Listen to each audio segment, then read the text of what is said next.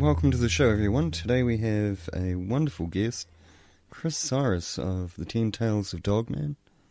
And he's a researcher, and my gosh, he's numerous things. He's a great guy.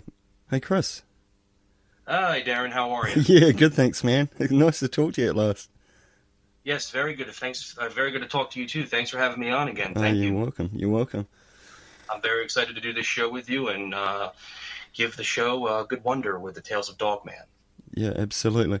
Now, you've got an amazing podcast. It's up on YouTube. It's called the 10 Tales of Dogman. It's amazing. How long have you been doing that, Chris? Well, the 10 Tales of Dog. Well, normally what I normally do on my YouTube is it's miscellaneous content, but it sticks to a podcast format. I chose the subject of Dogman because it was a very interesting topic to discuss. And besides, I mean, I think it's I think it's important that other podcasters, especially that talk miscellaneous content, kind of talk a little bit about the unknown, because it is very intriguing. It's also very unique in its own form of discussion when it comes to it's not your everyday politics. It's not your everyday, little stuff. This is something that, is for many is kept hidden from the public. And it's important. I think, as someone who always talks about various discussions on, politics and, of course, life in general, I just wanted to go ahead and do something a little different and just do this little mini series with Dogman. And besides that, I'm also a researcher. I mostly spend my focus on Dogman, but I don't make it really that known because of the fact being that as a podcaster, it comes with a little bit of a consequence, if you know what I mean. Yeah. If people were be like, oh, with ridicule and whatnot. So I keep it on the DL, to say the least, but I do stick to my with research and what wise. I always try to keep a firm grip on it because it is very fun to talk about because, it's like Sasquatch, except that, this is something that's more evolving as, time goes on, especially since we haven't had, I think, Dogman it's more frequent now compared to what it was 5 years ago. And then, it sticks to its core with being in the top 5 cryptids. So it's very intriguing. So really, I mean, with the podcast, I'm expanding my topics and introducing topics that are very unknown, but could get your, scratch your head thinking, and, the hairs in the back of your neck stand up and say, wow, that's pretty creepy. That's right. It's got many facets to it, hasn't it? It's like you don't want to stick the blinders on and just focus on one. Exactly. Yeah. Exactly. Yes, and I know exactly what you mean by that, too, because it's happened to me in the past. Yeah. I had a guest on the show just the other week, and Eddie Hill, he runs a paranormal group, and he poo-hooed it at the beginning, the Dogman, but he started running into witnesses, and now he's out researching them, and I think a lot of people, I mean, let's face it, there's a lot of people out there that will accept Sasquatch, maybe, but when it comes to Dogman, it's, the visors go down, and I mean, you can't you can't blame them in a way. It's like, I will say this: if we've had Sasquatch, Mothman, Loch Ness, Chupacabras, I consider in the top 5 slot. But I mean, when it comes to Dogman, it's one of those topics that people just sit back and they're like, oh God, it's rough. And I've spoken to a dozen witnesses who've completely, when they hear of it or when they think of it, it's almost as if it's like, they themselves are terrified to even discuss it because it's like as if there's like a presence from behind that says, yeah, I know you're about to talk about me. And then some people have actually come back to me and they've felt that presence and they've actually had an encounter later that evening, which is even a scarier type of, it makes you wonder if these things are strongly like they know what you're about to do and they'll do anything to show that, look, we're in charge here, not you.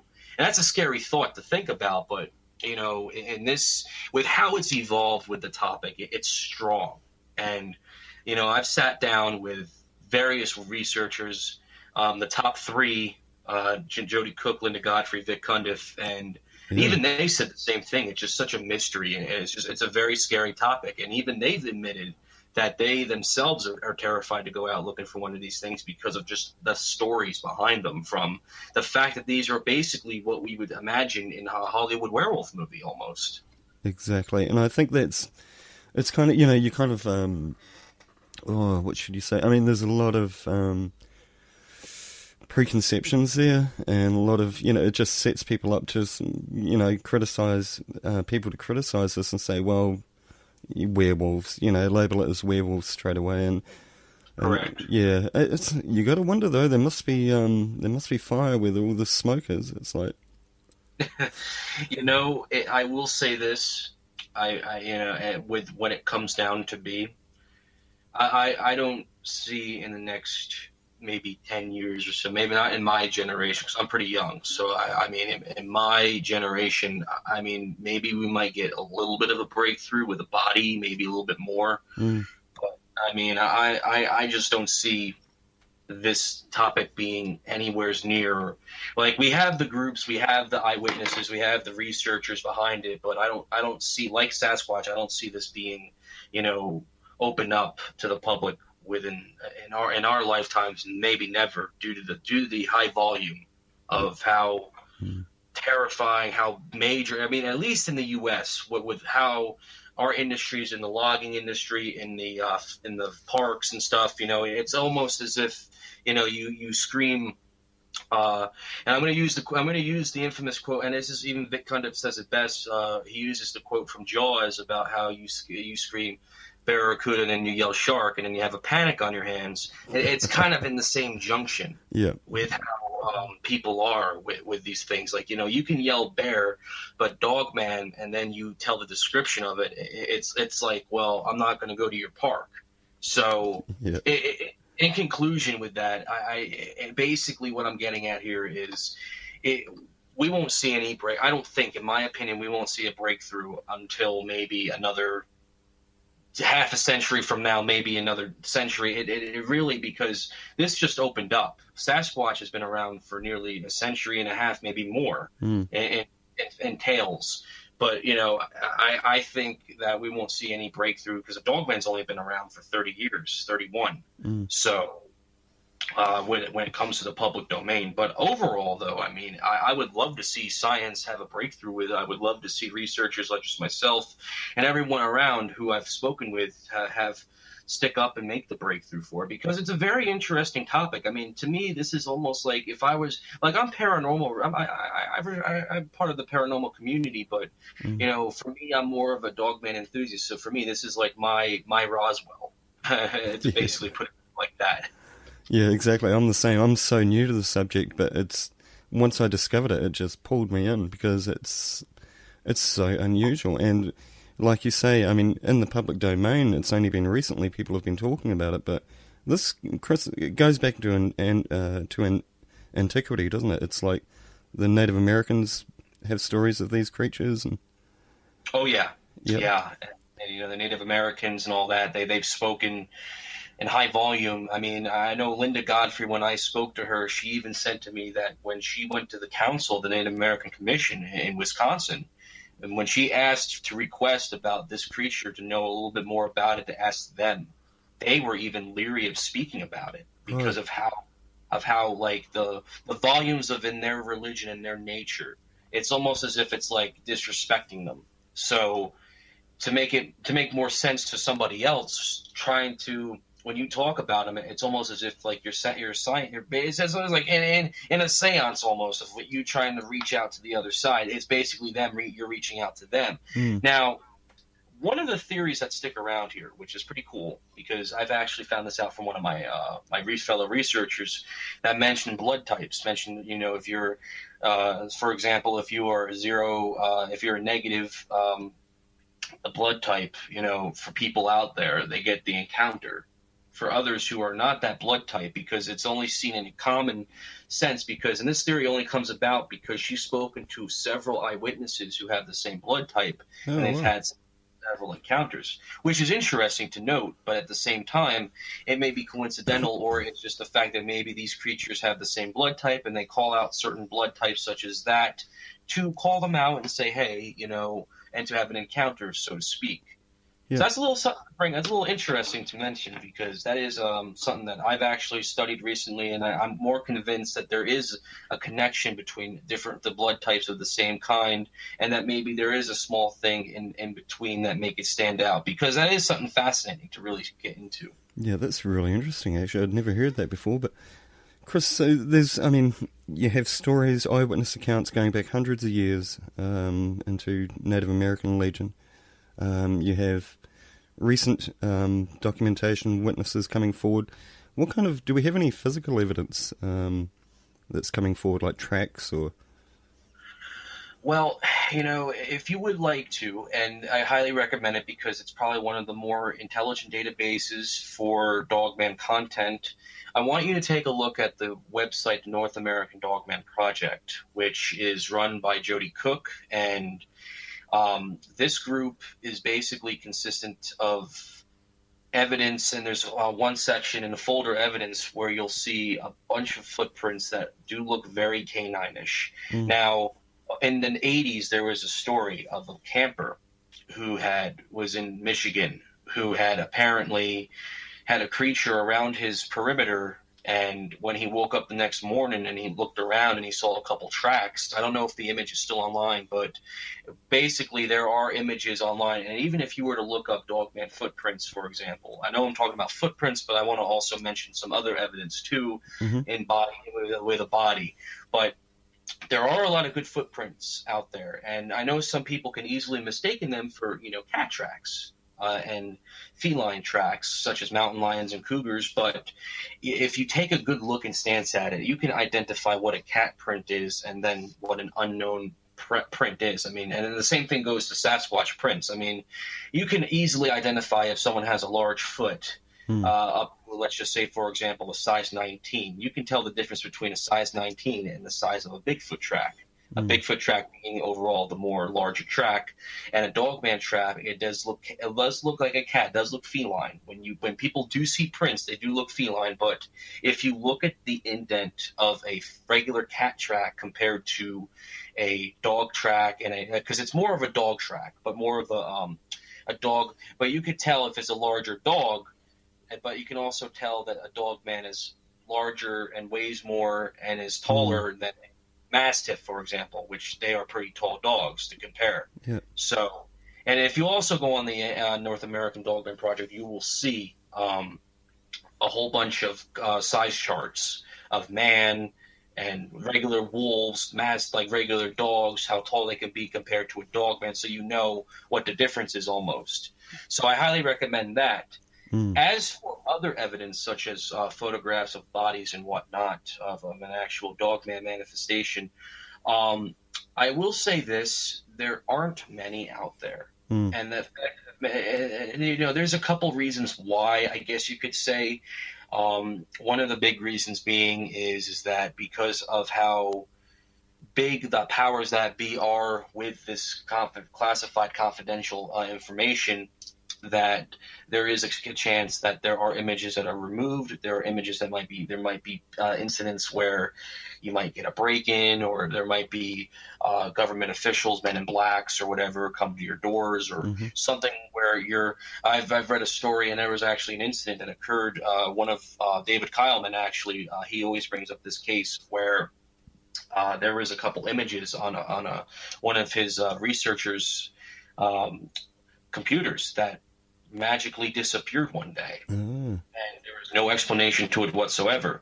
So to find physical evidence of an actual Dogman on photograph or in general, I would not recommend, unless you're behind a glass window, take a good photo of them, because that's probably the safest you'd be from them.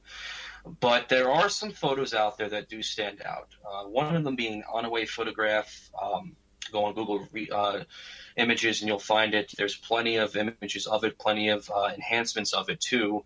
The on-away photograph is a pretty good one. It does look like it is a little more feline, but some have said it does look canine.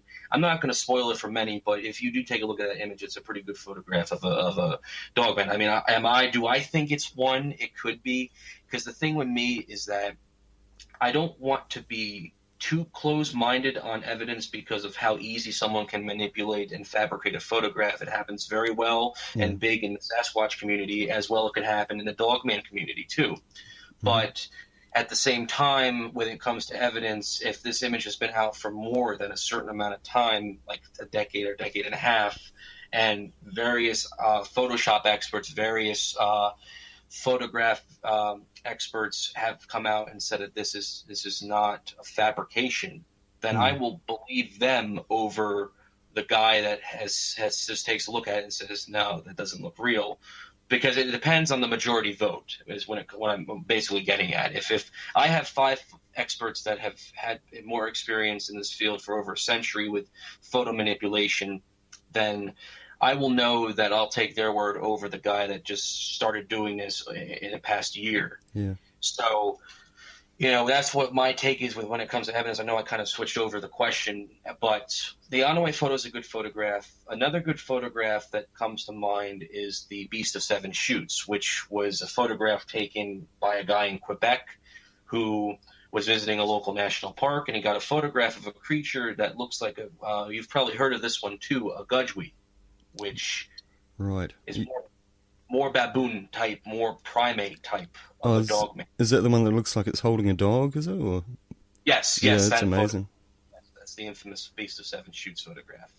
And then there's another one, the 1961 Grand Rapids photograph, which is in Michigan, which was taken by a security watchman. Those are probably my top 3 pieces of Dogman evidence that I would say is a Dogman. I've seen several other photographs too, but I can't be too sure and I don't want to bring them up because of the fact being that I'm not too sure and that it could easily, they look more of a Sasquatch. But for viewers out there, and of course, if you ever want to take a look, I mean, you've already seen the Seven Chutes one, but for the Onaway and Grand Rapids photograph, those are pretty good photos too. And there's no question that there's other photographs on the NADP, but majority of them are footprints. But for people out there who want to see footprints, and you can even do the comparison, you'll know that, those are probably the better images you can find of a Dogman when it comes to physical evidence. Unless someone comes up to you and says, hey, look, Darren, I had a Dogman encounter and I have a pretty good photograph. And they could always share it with you privately and tell you the story. But, until that day does happen, I would say that those are the top 3 alongside the footprints, the best pieces of evidence you can get out of a Dogman. Yeah. I mean, compared to Sasquatch, we seem to know a lot more about Sasquatch because they seem to be more, accepted, or there's more evidence. They seem to be more vocal. The tracks are more numerous, of course. These Dogmen, is it just a matter of them just being more elusive, or? I always like to kind of consider, and this is coming from, of course, taking notes from various researchers who've given their 2 cents on it, because I've always considered Dogmen to be more of the aggressive type. And the thing is, though, is that I like to compare them to that of your typical wild animal that can't be bargained with. Because when you hear Sasquatch stories, majority of those Sasquatch stories, they don't seem to be very violent. In other words, they don't seem to have a tale that is a very scary encounter. Now, I'm not saying that all Sasquatches are friendly, because clearly there have been some cases where Sasquatch, the 1924 Ape Canyon story is an example where there's been source of aggression.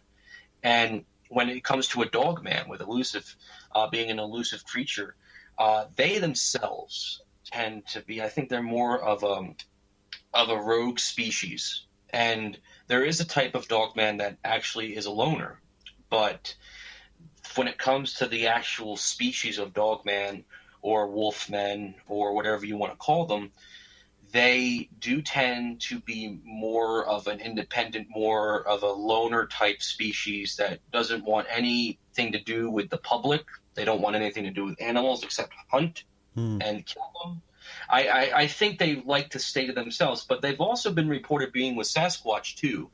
But that doesn't mean that Sasquatch and Dogman are going to get along. I believe that there have been Dogman fights and Sasquatch fights. I believe that they've always – because when you look at it at the end of the day, we always think of Sasquatch as being the number 1 cryptid. But when it comes to when you have another flesh and blood animal, and I noticed that I said flesh and blood and not supernatural because of the sake being that I believe that if these things bleed, but they may not die, that they have some sort of immunity, but they are a flesh and blood creature. But my point is that going into it is that a Sasquatch and a Dogman, if you have another creature that is similar but doesn't have the same stance as that of the former because of how well known it is, that there's more than just that out there. The same, then they compare it to mountain lions, tigers, and bears.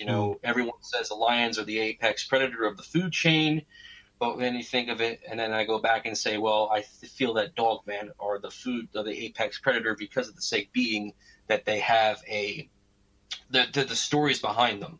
But see, that's something that the animal kingdom logic won't give you because of how hidden these creatures are from the public domain. Yeah, these things just seem to be built for killing, built for aggression. Just even the eyewitness accounts of the descriptions of what they look like.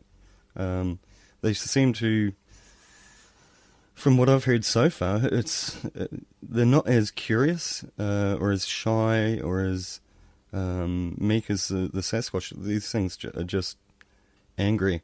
It's like... Yeah, you know what? I honestly, for when I first got into this field, I said the exact same thing, which I said was literally to many. I was like, well, these feel like angry creatures. They don't feel like they aren't at all negotiable, or if you're in their territory, they'll take it with a kindness. They'll actually do aggression to get you out of their personal space. Yeah, these eyewitness accounts of seems to have the hallmark of absolutely terrorizing anybody they come across, or mostly anybody they come across. And you're talking like police officers, military vets, seasoned hunters that have seen it all, basically. They're terrifying encounters. Definitely. I had a friend of mine, and this is kind of what boosted my research even more, and it was not too far from where I live.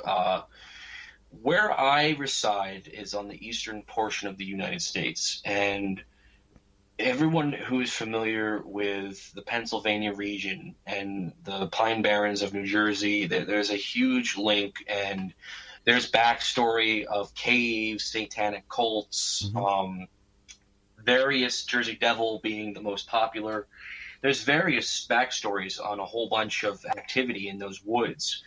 But in the Pine Barrens, I had a friend of mine who encountered one of these things, and it was a very terrifying encounter to him. And this was a guy that was always walking and going on trails all his life up until this point.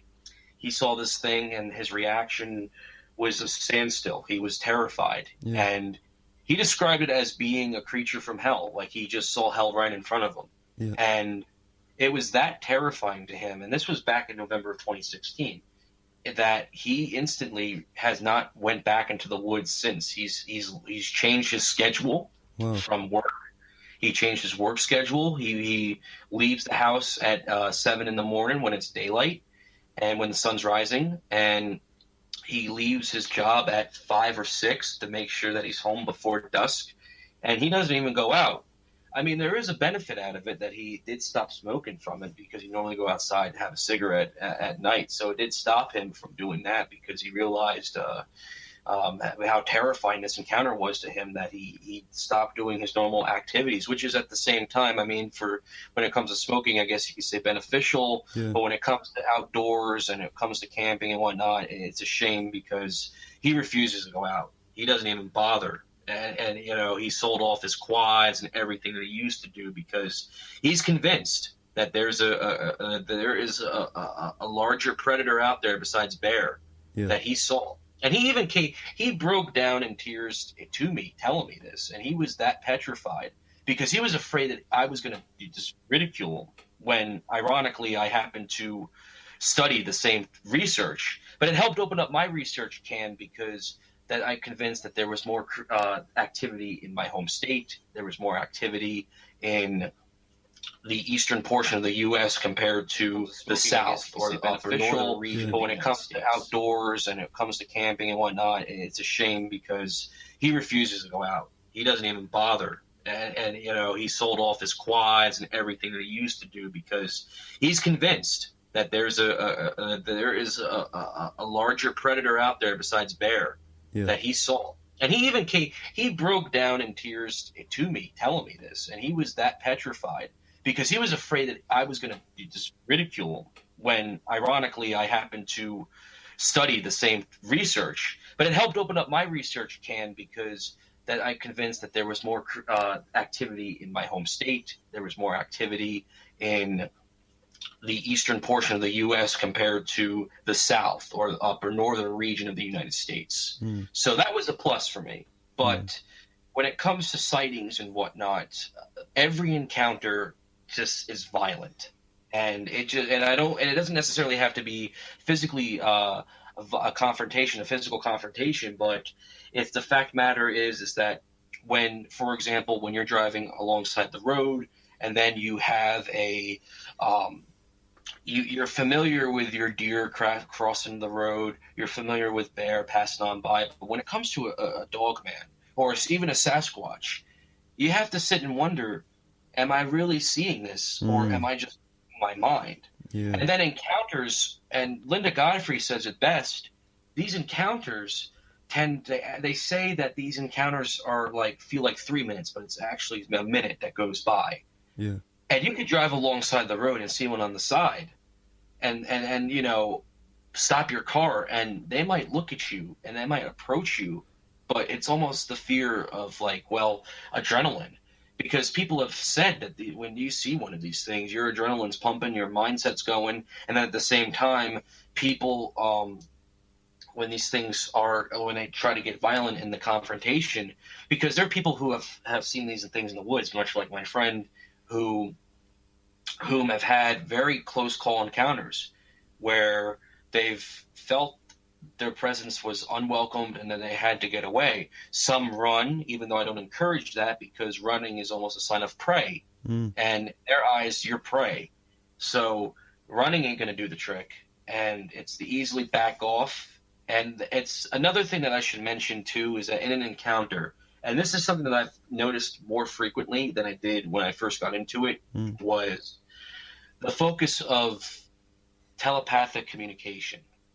Right. Where people have said that these things communicate with them, saying and warning them that hey, look, you know, this is my territory, this is my camping spot, this is my neck of the woods.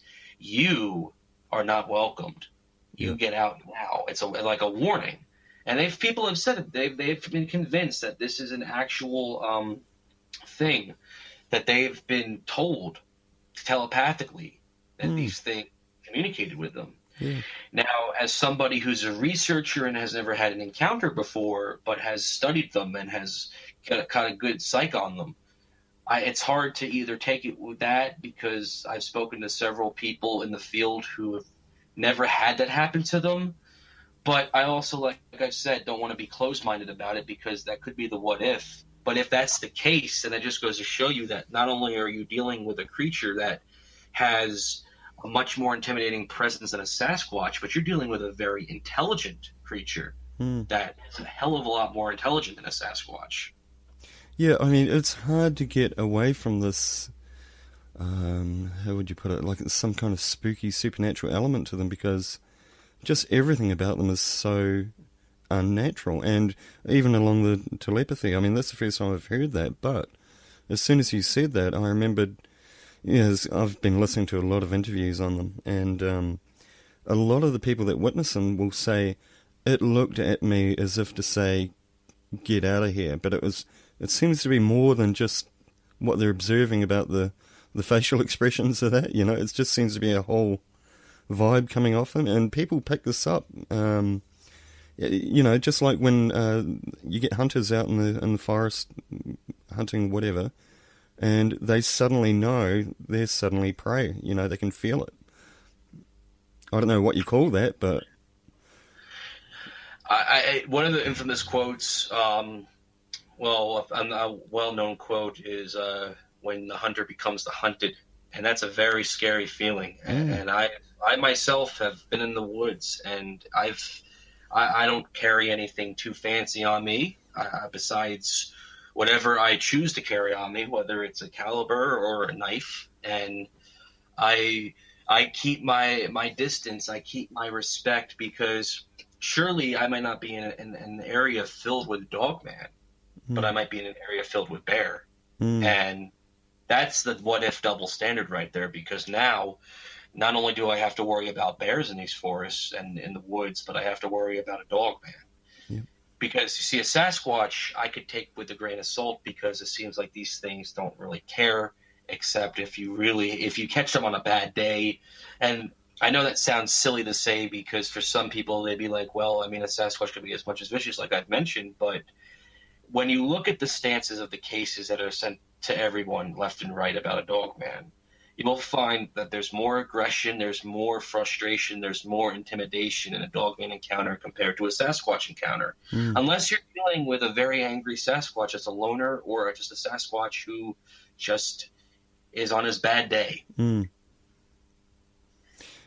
Yeah, I mean, but this supernatural element to them, I heard one story where this, a chappie and his friend were out fishing, and this thing, you know, they had an encounter with this Dogman, and as they were speeding away from the riverbank, he said he looked back and he looked at this Dogman and he said the best way he could describe it was moving so fast that it was almost cartoonish.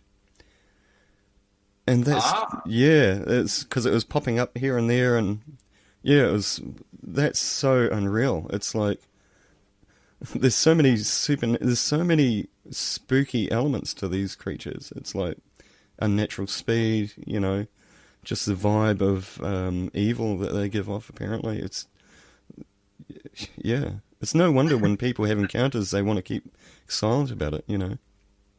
Most definitely. And now that we would bring up supernatural elements, and I know I mentioned about flesh and blood. Now, just to kind of confirm, I even though that there is a lot of evidence that can provide that these things are supernatural creatures, from, you know, teleportation to that fisherman story, that this thing moved in a cartoonish way, and easily that could be productive because of the sake being that they are very fast creatures, and they have the muscle, they have the stamina to do that type of athleticism, to where 1 second they could easily be looking through the bank and then hop over to the next place, or run in a certain way, a fashion. Yeah. And even though that it makes it sound like I might be denying the supernatural aspect, I'm more of a guy that stands on the flesh and blood, due to the sake being that when we see these things, we don't instantly, we may assume werewolf because we go to our Hollywood movies, or if you are like myself, someone who's went through the backstory of classic Europe, as I like to call it, where the tales of werewolves and skinwalkers were running around in the 1600s. And then you think about it, and it's like, well, when we think of werewolves now, or even back then, we would think of using a silver bullet, or we would think of basically shape-shifting of a supernatural seance almost, or a supernatural vibe, in which now when we think of Dogmen and when we see them, we think of werewolves, but that's easily the best description we can give the best of them, because that's what they look like. When we think of our howlings, or American werewolves, our dog soldiers, we think of a werewolf. We don't think of a Dogman or a hybrid wolf or a coyote. When it goes into the supernatural aspect, though, there are some traits that do stand out. I mean, for example, there is the talk of interdimensional creatures. I do think that they might have an interdimension to them, but because there is a lack of evidence for that, I'm not 100% convinced. But what I am convinced on is that these things are able to run and maneuver at fast speeds without any question, without any explanation, which really is a creepy thing to think about at the same time. But when it comes to supernatural entities and elements of these creatures, one of the things that really stand on me is that people often like to misidentify red eyes as being demonic. And that to me almost feels like, well, if a deer has red eyes, which they do, if a cat or a dog has red eyes, are they instantly demonic? You know what I mean? Mm. And with a Dogman, because they have abilities that outmatch any other athlete or any other apex predator or the top 10 in the jungle, I would think that these things are just very very elusive, as we've mentioned, and very intelligent creature. And going back into the history of our evolution, when we think of movies like Jurassic Park or even the science fiction films like Alien or Predator, when we see these interesting creatures that are brought into the big screen, and how well writers in Hollywood, how brilliantly they kind of make their intelligence known. When I think of that, I kind of think of the same stance with the Dogman, except that this is in the opposite standpoint of art intimidating life instead of it being life intimidating art. Yeah. It's so much easier with Bigfoot, though, isn't it? I mean, Bigfoot, somebody has an eyewitness account with one, and their mind can say, it can categorize it as a giant ape, have some human traits, but Dogman, I can understand why people look at it and say, this thing doesn't fit in,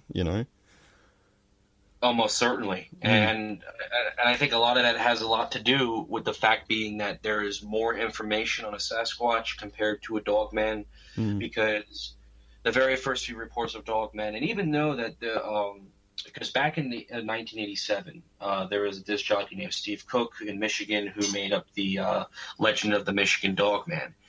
In his interview, which I recall because I used it for a small sub-series on my YouTube at one point that I'm working on, he mentioned that he made this term of Dogman, and that he was supposedly the originator of it, but at the same time, he had stories that apparently dated back 100 years. Now, how true that is and how on record that is, I don't know for sure. Only he knows, and whomever was there when they spoke to him know. But what I do know is that for the past 31 years, people have opened up and come forward describing a canine-looking creature that walks and has the physical attribute of a man, and they don't know what they saw. And it makes me wonder that now with how – because I don't know in Australia, one of the big things that's over there is the amazing rainforest, the lands, the flatlands, the plateau, the deserts and whatnot, or in various portions, jungles and everything like that. And over here, we are evolving, we are cutting down more of our environment, where deer, where mountain lions, cougars all have to migrate towards closer and shut woods and forests to hide, to get away from the public domain where they belong in the wild. Same thing goes for a Dogman and Sasquatch. They migrate. And I think the more people see these things, the more they become convinced day by day that they aren't alone. And which, at the same time, I would take that as not an understatement, but as an understanding, because in all reality and in all honesty, I personally feel that in the next 10 years, we will have a big, in the cryptid field, it'll be easily convincing to every researcher who has lived and breathed Sasquatch that Dogmen exist. Because you even have Sasquatch researchers who come out and say they've never heard of Dogman. They think it's a bunch of BS. They think it's just an aggressive Sasquatch. But when you look at the chart and you look at the types of Dogman, that doesn't look like a Sasquatch, and I will say that for sure. Yeah. Do you want to go into those the different types, please, Chris? For anybody that doesn't know. Absolutely, most certainly will. As of right now, there are reportedly to be 7 types of Dogman. You have 3 type 3s, which are basically your more primate-looking ones, more of the lower quality ones compared to the canine variants, which consist of 4. The type 3s we'll go with first. The type 3 variant 1 resembles your typical baboon, your typical primate. The infamous Beast of Seven Shoots photo, which has been reported to either be a gudgewui or at least a type 3 variant 1. Those types are very primate, very baboonish looking ones. How they are not classified as a primate and put on par with that of being a primate or a Sasquatch is for the sake being that they have certain features that are missing from the typical primate factor, which is ones have snouts, ones might have a tail that is very wolfish. But they are they have more attributes of the primates, but have a few different modifications to them, as I like to use the word mod, for the sake being that they aren't, they're not a full primate, because if one has a tail, if one has a snout, then that isn't a full primate. So that's a type 3 variant 1. Mm-hmm. A type 3 variant 2 is ones that resemble your normal chow, which in many cases have been said to resemble the werewolf from American Werewolf in London. And now, why is this not put into the canine variants is for the fact that apparently that the chow ones do have an attribute similar to a primate. I could be wrong on that. I don't quite understand if this does resemble the werewolf from American Werewolf. This is in canine variants, but I'm assuming for the sake that they have a couple primate or little attributes that are different. Maybe they don't have a tail. Maybe they're more apish, but have a chow head, but do look like the werewolf from American Werewolf in London. So that is something to note, that the chow ones. And there is a photograph on the NADP, and I'll send it to you if you would like, that it does that. What I would think the chow one looks like, that's the closest it'll look like. And I'll send you that drawing because it is pretty interesting. Yeah, that'd be fantastic. Thanks. Absolutely. The Type 3 Variant 3 is as many as best describe it as a Sasquatch with a muzzle, or a snout. And those types are, I guess, the more aggressive in the Type 3 chain, even though all the types can easily be universally aggressive and elusively vicious creatures for the sake of them being dogmen.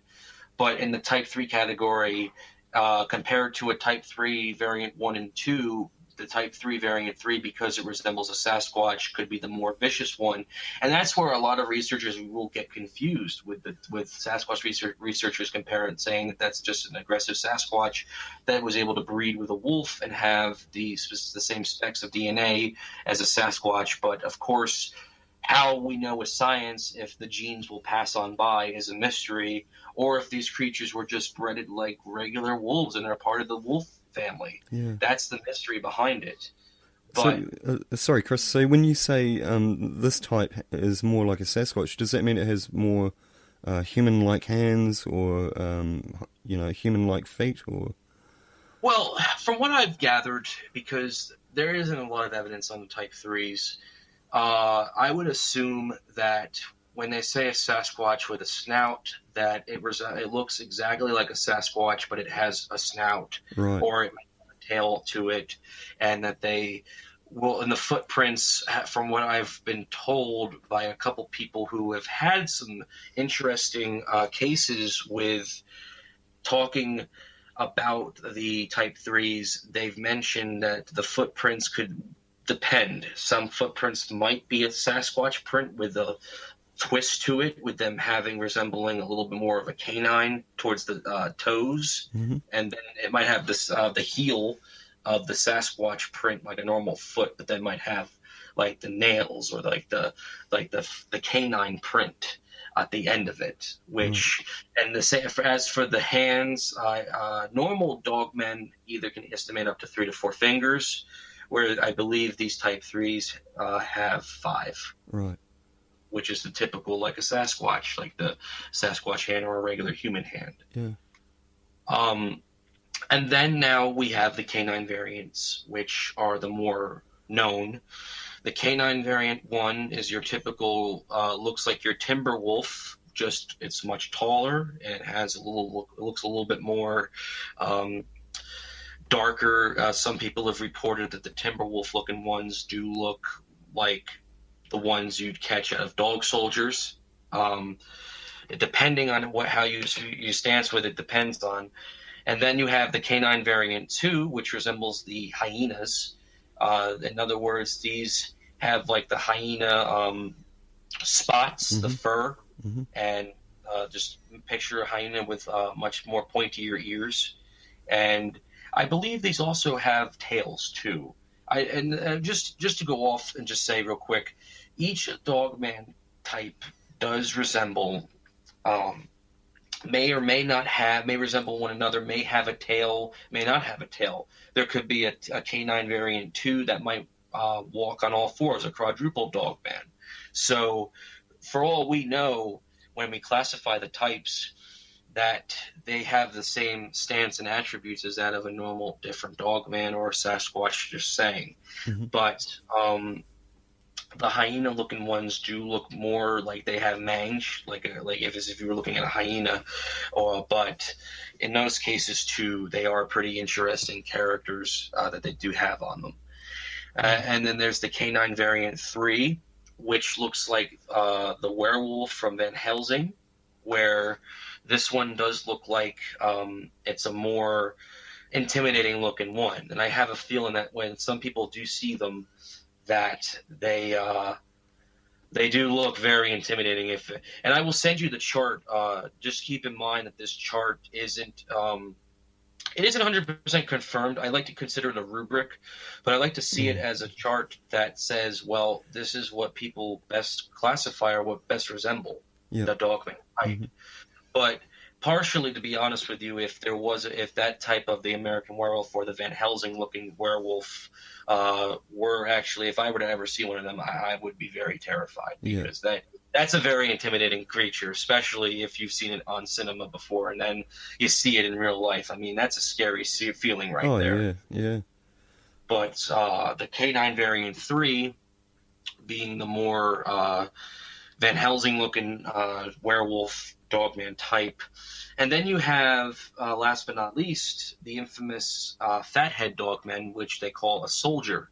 I like to call them a rogue because they are the loner type Dogmen, and they do not like anybody whatsoever. They will kill other Dogmen, from what I've been told. It's like Indominus Rex from Jurassic World. It's a type that will just kill for sport. And to throw out the Jurassic references after seeing the new movie, that's why I throw it out there, just for a little humor for everybody out there. So, but when you look at the Dogman types, they do look like a hybrid of each of the canine world, from the wolves to the coyotes to regular house dogs. But with the canine variant 4, a fathead, and what I mean by a fathead is that these have a much larger head. They look more vicious. They could either amber up to amber eye shine, red eye shine. And I am convinced that the canine variant 4 was the type of Dogman that slaughtered the family at the Land Between Lakes. And I am convinced that these Dogmen are ones that are, and going into the conspiracy, if they are a government experiment or a alien, so to speak, that I believe that these canine variant 4s are genetically engineered Dogmen. They could be modified, I believe. It's just quite ironic or random to say that they supposedly have bigger heads compared to the other 6 variants, and that they are much more faster, more ruthless. They could slaughter a horde of animals in a second, depending on their stance. Wow. And that even bears have ran away from these creatures. So a canine variant 4, at the end of the day, I'd say is the alpha of all the variants, because of how intimidating they are, how violent they are. But that doesn't necessarily mean that other Dogmen variants are going to put up with the stance. If you put a fathead Dogman against 10 other variants, it wouldn't surprise me if the fathead Dogman was able to kill them all, because of how intelligent these ones are compared to the other 6. Yeah, that's basically. Oh, no, that's okay, bud. That's okay. I was going to say that's basically all the canine variants and all the other Type 3 variants. So it's all 7. Now, I will say this: am I convinced that there's more types out there? Absolutely. But as of right now, with the 7 types that we've identified, that's a great start to Yeah. find out more about them. Yeah, it's amazing, and it certainly brings it to life, doesn't it? It brings to light how many of these things have been witnessed. But I mean, when you're talking about different species like this, I mean, you get this in the dog world, don't you? It's like you got your pit bulls, you got your lab that likes to sit on the couch and wouldn't harm a soul, you know. Yes. It's very scary to think that there's a husky looking variant out there that looks more menacing and more vicious than how well you can train a husky dog. And, those are winter dogs. Those are dogs that, breed to the wolf. And they have to think that there could be one out there that is a Dogman is a scary thought. Yeah. As someone who has owned a husky and as someone who's owned a Keeshond as well, which is could easily resemble the Chow type, the American werewolf type. It's a very freaky feeling that your dog there could be a dog type out there that resembles resembles a Dogman, that is a Dogman, and that it's intimidating. Yeah. Now, it's a scary feeling, and I always tell people all the time, with these creatures and what they look like, I'd rather not PO it off than be PO'd on by one of them. And I'm not talking about urinating. I'm talking about, eating what in front of them, but how they can be with humans. Yeah. I mean, you get, even in the dog, like I said, in the dog world, you get these characteristics of different breeds, both personality and physical as well. I mean, like your huskies, like you were saying, they're great guard dogs, and they're also they almost seem like they're built to pull things. They're immensely strong, aren't they? Definitely. The normal Dogman type, and this is something that for the viewers, and of course you, if you would like to look out later on, like I said, the NADP has a nice size, a chart that shows the size difference of a Dogman compared to a human being. Some Dogmen weigh up to 400 to 700 pounds. It could be more, depending on how far they can go with height. Some and weight. Some have a height that's up to they can start at 6 feet to, and even though this is a bit of an outrageous number, some have said that some can go up to at least 11 feet tall. Now, you stick yourself in a room with one of these things that are 11 feet tall. That's a very scary feeling there. That's I love watching basketball and seeing how amazing these athletes are, how tall they are. But I mean, you think of it like that times 10 with a Dogman. I mean, and keep in mind that these things can weigh up to 400 to 700 pounds. I mean, that's a very intimidating number right there. Chris, do they have any characteristics they share with Bigfoot? I mean, like, have they been known to throw things like logs or rocks or anything like that? Or well, one of the infamous things with Bigfoot is that they have a vocal call, and a vocalization of a Bigfoot, like they'll make noises, they'll mimic noises. Dogmen can mimic that, as well as they can give you warning signs besides the supposed telepathic communication or they give you the death stare, that they could probably throw things at you. I haven't spoken to someone who's had things thrown at them by a Dogman, but they have had the presence of them going into their, let's just say, for example, if someone was camping. If they're camping and they've had things taken from their campsite and it's been thrown by their tent, it gives you the implement that it's implying that these things, that they can get their point across by you getting out of their territory. They will throw something at you, and they'll let it be known just to say, hey, you're not going to listen to me. I just threw something at you. If it just goes to show you how intimidating I am, that'll give you the hint to get out of here now. So am I convinced that they do throw things, or they might, break a couple trees or make a couple vocal calls to get their point across? Absolutely. Have I spoken to someone yet who's had that happen to them? No. But it's quite interesting to think because, as a researcher, you would think that you would had that happen to you by now. But I haven't had someone come up to me yet about that. But I do believe that they do that, though. Yeah, I think I heard one account on Wes Germer's show, Sasquatch Chronicles, where this couple they were showered with gravel. And they're only assuming that this dogman was throwing it at them, but yeah, interesting. I will say this though. I mean, if a Sasquatch can throw things to get their point across, it's no question that a dogman can do the same. Mm. And like bears will, I mean, most animals will, but I mean, I've never seen a bear being in New Zealand, but bears will get, they have certain, I mean, like I understand they chatter their teeth as a last resort or to warn you off or. Yeah, the infamous, the teeth chattle, the chisel, and the basically, a best way to compare this is if when you watch your Looney Tunes or you watch your classic cartoons where they make the infamous animation of the animal smacking its lips and opening up its tongue ready to eat something. That's how I basically categorize that, because that's basically giving them the implement that's like, well, guess what? You don't want to listen to me? Well, now I'm going to open up my mouth, and that's the last warning.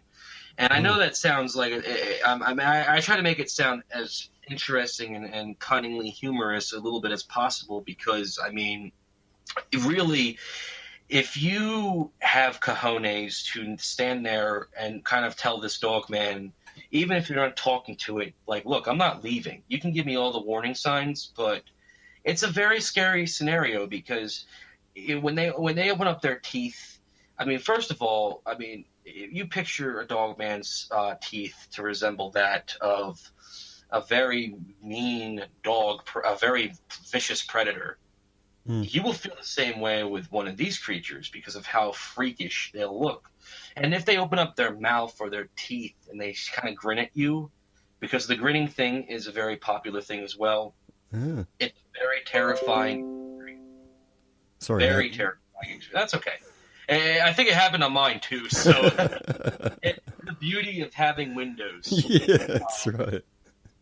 Oh man, but the teeth thing. I've heard of that a couple of times, and the teeth thing I see it as reptile, Honey Island swamp monster that's able to reproduce with eggs, and the whole concept behind that, in which that they are a breed of creatures that could easily, no give or take or take, can easily breed with a reptile, can breed with maybe not necessarily a frog, but if it was to breed with an alligator, and no question the alligator will do as the dogman says.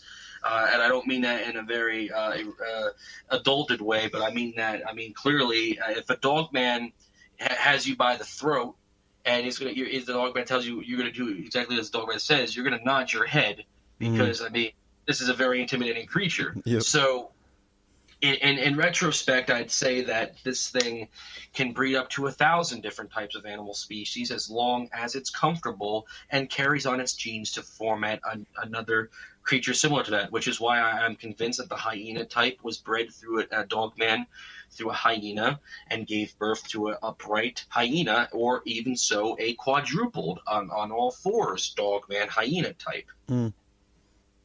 Yeah, I mean, look at the platypus. I mean, if people had not have found the platypus until recently, they would have been sightings of that. You know, like a beaver-like creature with a duck bill. It would have been, yeah, right, mate. You know, it's like exactly. Yeah, he's eating beavers with duck bills. Yeah.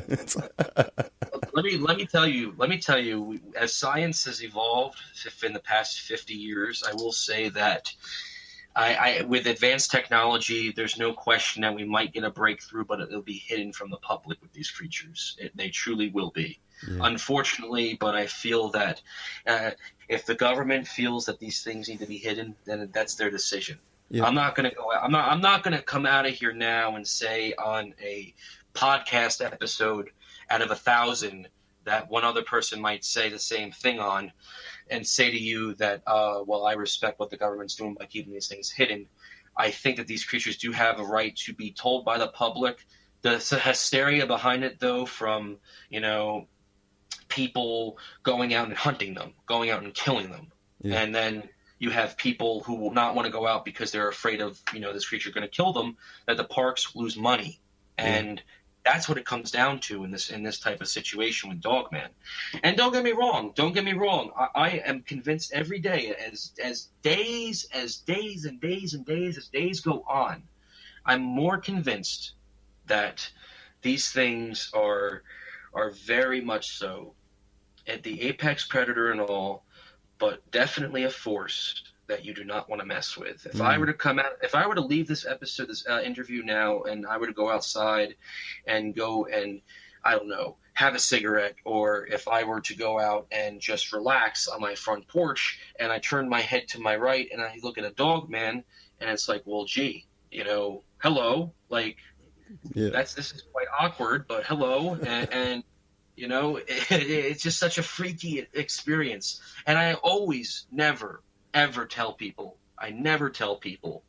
never have an encounter with one. You will instantly regret the encounter. It's that bad of an encounter. Yeah. I've had a guest on the show where my show is only pretty new, but I've already had one guest where he has had people claiming to be black ops warning him to back off from a particular one in Dallas, near Dallas. Yeah, he's had people, or you've had people come on that said they want to be black ops? No. This researcher that I've had on has had warnings, like, just keep away from that subject, Right, yeah. He tends to think that they're being fiddled with by military and genetically. And I think it's kind of like a scare tactic, though, to just say, hey, just be afraid, because, it's what the government says. The people that give you your money every year. But I mean, if a Native American can talk about it peacefully, which I would go to them first before I speak to a government official dressed in black, I would speak to an American who's known of these creatures for eons and centuries, and they'll have the better mindset. They'll have a better knowledge of it, which in the long run will be very big come down the road in the next few years, or maybe the next decade or decade and a half, maybe 2-3 decades down the road of where it stands. But if you have people like that who are black ops saying, hey, you cannot see this creature, this thing will kill you. It's a very intimidating thing to think about, but at the end of the day, it's a very freaky stance of just holy crap. Yeah, I mean, but the Native Americans aren't silly about it either. I mean, they're for hundreds of years they've been encountering them, and I think some tribes say the same thing, don't they? They just basically like don't have anything to do with them. It's like, no. What happens is that like I've mentioned earlier on the show, Linda Godfrey, she came on the show when I asked her, when she came on my show, and I spoken to her, and she had said that she went to the Native American Committee in Wisconsin to sit down and talk about a creature such as a Dogman or the Beast of Bray Road in her stance. And they were very non-talkative about it. They were like, oh, we can't really talk about that. That's crazy talk. Did they go ahead and say, oh, I don't know what Dogman is. I don't know what you're talking about. That's crazy. But then, of course, okay, that's coming. Now that notifications thing came from. I do apologize for that. That's okay. But yes, they make it sound like they're not going to come up to you and say you're crazy. You're talking crazy. Yeah. Really, you're just like, holy crap! Like, you can't talk to me about this. So I guess it must be this intense. This must be very confidential. It's that bad. Yeah. But some will say out of respect and say a prayer to apologize to their God that they say, well, we are sorry for leaking out intel, but it's important because we know that these things exist. There is a such thing as a Dogman. There is a such thing as Bigfoot. They all exist in the same realm, in the same Titan, everything. So, in conclusion with that, Yeah, the government, they may stop at nothing to keep these creatures hidden from the public, but you're going to have to shut off all the groups. You're going to have to shut off everybody. I guess you're going to have to kill every researcher you have to in order to provoke that. And that's a lot of family members with deaths. Yeah. So, I mean, think about the stances of that. They would have to go out. The only real way not to give the public the domain was to go full out nuclear war, unless someone from the Fallout survived and was able to tell the tale 100 years later if they were even alive. But even then, though, we wouldn't risk doing such a thing over that, especially if it's on our own capital. Yeah. But, yeah, basically, man, that's all it for me on that with the government stuff. But, yeah, I don't know what else to say. I want to thank you for coming on the show, Chris. It's been amazing talking to you. You're a very knowledgeable guy. How can people get in touch with you if they want to get in touch with you, Chris? Well, thank you very much, Darren, for having me on, and hello to Barbie. Hopefully, if you guys want to have me back on the show in the future, it could be you guys, and then we can all just talk about things and just talk Dogman. Yeah, it'd be fantastic. But I'd love to come back, and even Darren, if you and Barbie would love to come on my show and do an interview, would love to have you. Oh, that'd be fantastic. We're coming at it from two people that are newbies to the subject. So. Enter my lair. We've actually had an encounter down here. David actually put me on to somebody that's had an encounter down here. I was actually thinking about chasing them up, but even in New Zealand. I would give it a shot, even if it's far away, It's very good to get in touch with people. Now, before I go into where you can reach me at, if you're familiar, because you're an Aussie, if you are familiar with Simon Young and Dallas Smith, do you hear those two names in the Yowie community? No, I'm actually in New Zealand, Chris, not Australia. Sorry. It's okay. I don't know. Like it kind of just smacks me around. I don't know why I thought you were Australian. A lot of people do because we're so close. We're like cousins that don't get on very well. Well, my apologies to that. Of course, to anybody out there who was probably thinking I was talking. I do apologize. That's okay. But let's just say in your stance, though, if you are interested in looking at the Yowie stuff, definitely look up Simon Young. He's a fellow researcher in the group, and he has a lot of good knowledge, too, as well as Dallas Smith. Awesome. If you ever want to talk about Yowies, I have them come on the show and talk Yowies. And because the time difference is it's around the same time for them over here compared to over there, we would definitely have a good time interviewing them and having a blast doing it. Oh no, that'd be fantastic because they have quite a few sightings over there. Yowies, and I actually had a guy on the show, a New Zealander that's we've got our own Bigfoot, but not very well known. But I've actually found a researcher, Mark Capel, who's good guy actually. Yes, very nice guy. Mm. But for everyone out there, though, who wants to reach me, first of all, thank you again, Darren, for having me on. Thank you again. Thank you. And, of course, thank you to everyone who listens in. Well, not listening, but, of course, when they watch the show, for viewing the show. Thank you, viewers, for watching the show. Big shout-out goes to Barbie. She's going to be with us tonight. But, hey, shout-out to you, Barbie, as well. And then you guys can reach me at The Venomous Fringe on YouTube. That's where I'm hosting the 10 Tales of Dogman. The Venomous Fringe is also a Miss Lacey content show. That's not just Dogman. We also talk topics on the podcast and whatnot, from sports, wrestling, to UFC, the whole 9 yards, to even video games. I have a video game streaming channel called The Zombies Fringe on Twitch. You can find me there as well. But mostly you can find me is on Facebook, Chris Cyrus. I am Chris Cyrus on Facebook, and if you want to join the Dogman groups, there's the Dogman Believers Only group, the Dogman X group. We have a lot of groups in Facebook that we try to stick by. So, absolutely, if anybody's interested, just join the group. And on top of that, you know where to find me. You want to contact me for a sighting, Chris Cyrus. You can reach me also at my email. I'll give you Kaz, K-A-Z, Nuke, N-U-K-E, FM at gmail.com. I use Gmail like that to keep an alias almost, instead of it being like, Cyrus Dogman Researcher. Make make it a nice hub. You know what I mean? Yeah. But yeah, no, that's the places you can contact me. Best be. It's awesome, mate. And you've got a great show there too, actually. The 10 Tales of Dogman's awesome. And that too, yes. For anybody out there, viewers want to take a look at the show, look up the 10 Tales of Dogman, which is a mini-series I'm making on my YouTube talking with various eyewitnesses and researchers in the field of Dogman, discussing their findings, their encounters, and of course, their opinion on Dogman. We air every Sunday at 9 p.m. over where you're at, Darren. It will be literally right in the morning when it's. So it might be 8 o'clock, might be 10 o'clock.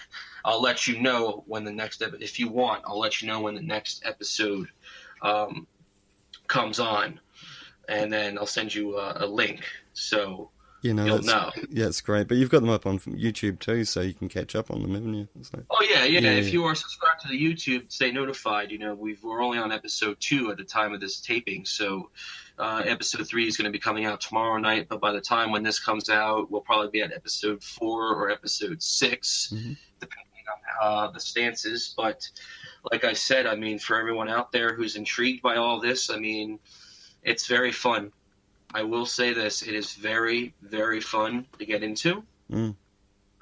And I always encourage people to be careful what they're looking out for in the field, to never run into these things in a bad way, and to just keep your ground up with these creatures. Just keep your ground up.